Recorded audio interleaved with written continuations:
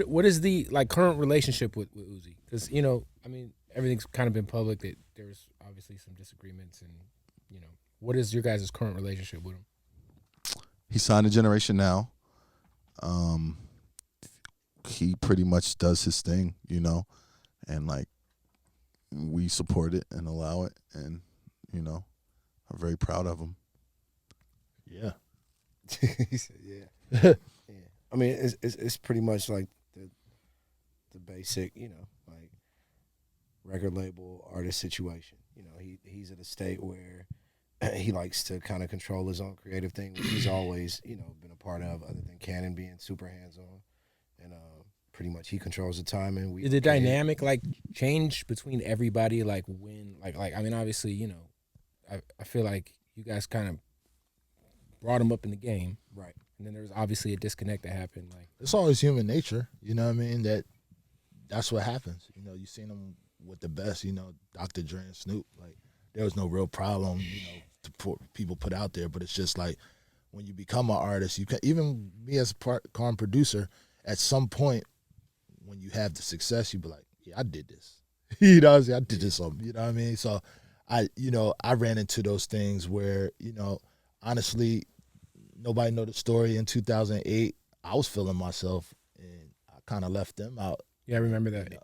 In the cold, and I was just like, obviously it was something between us that had nothing to do with them, but it was just like, man, I could do it on my own. Fuck it. Yeah, no, I remember when you guys had your like little pause in y'all's relationship. Yeah, and it was just like it was weird because this is funny. This is why I'm talking about it, but it was like we were throwing shots at each other on the tapes, and we would see each other and everything would be cool. Wow. Yeah, I saw them like multiple times, and I just always thought when we see each other, it's gonna be something.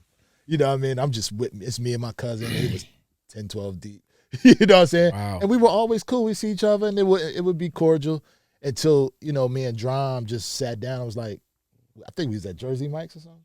We sat we down. went to Jersey Mike's. And by the time we was like, what we even talk about? This shit's nothing. You know what I'm saying? So it always happens with this stuff. And, as you make music, things happen. People want to do things.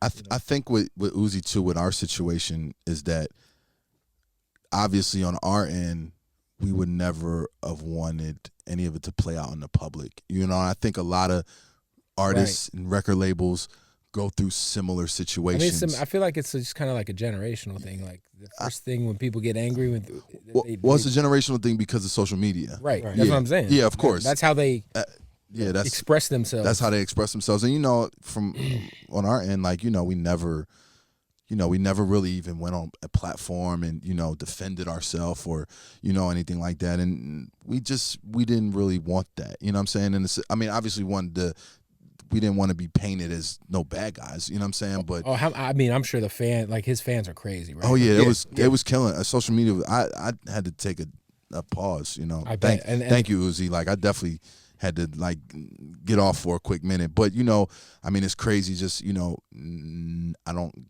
get any of that anymore. But it's like we wanted to. We've been in this business so long. Our reputations are everything. Of course. So clearly, I guess more than anything, we let time tell. You know what I'm saying? And more like again, he's family. He's our artist. So we don't want anything but the best for him. You know what I'm saying? Yeah, and always you guys want him to be. You feel what I'm saying? So it was like for us, we just had to allow. We just had to let it play out, and fans are gonna say what they're gonna say, or people are gonna have their interpretation who don't know us per se, and it is what it is. Like I think did you guys get like a blunt of the blame from fans for Eternal taking a blunt, all of it? Absolutely. Jesus. Yeah. What was like the story as to why it took so long? Like if you don't mind getting into it, like what's the story or why did it? Why did it take so long? Was it because I think that he literally put the album out when he wanted to. That's the craziest part about everything. Like I tell it wasn't people, like you guys were holding them up. And this is the most basic thing that I tell everybody. Like we are in the business of selling music. You know what I'm saying? So there is no benefit to us to hold anything. Of course not. Yeah, it's just not even logical. You know what I'm saying? Like we don't eat if music doesn't come out. So like I don't know what power struggle or what pride like would allow us to even do something like that. So ultimately, like for real, these guys put music out. Sometimes they come to us 2 days before. That used to be Cannon's main thing. Because remember, we came at the transition from the physical age to the digital age. Absolutely. So I remember when Cannon would come to me and be like, yo, this kid wants to put a project out tomorrow, and I'd have to clear 10 beats, you know, and so on and so forth. Like, it's literally a feeling, and when they have the feeling, like, they call me and the shit has to come out. You know what I'm saying? So we don't really get any benefit from, like, withholding or, like, saying something can or can't come out. You know, when it's ready, we're ready for that shit to come out, too. Yeah, I mean, and like he dropped pretty much two albums and back to back. Yeah.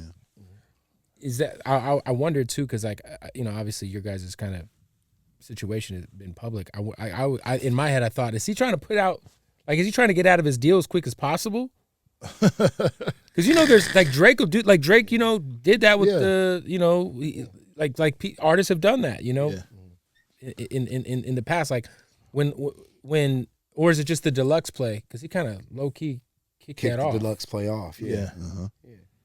Just a deluxe play. Yeah, I think it's just something you want to get off. And I don't think he wanted to keep both vibes in that name. So it was like one half of the album was kind of like the first mixtape we had did. It was Uzi Vert versus the world. So he didn't want to keep everything, because I think the Eternal Taki he just wanted to have like this. You know what I'm saying? And then right. It was just something, you know.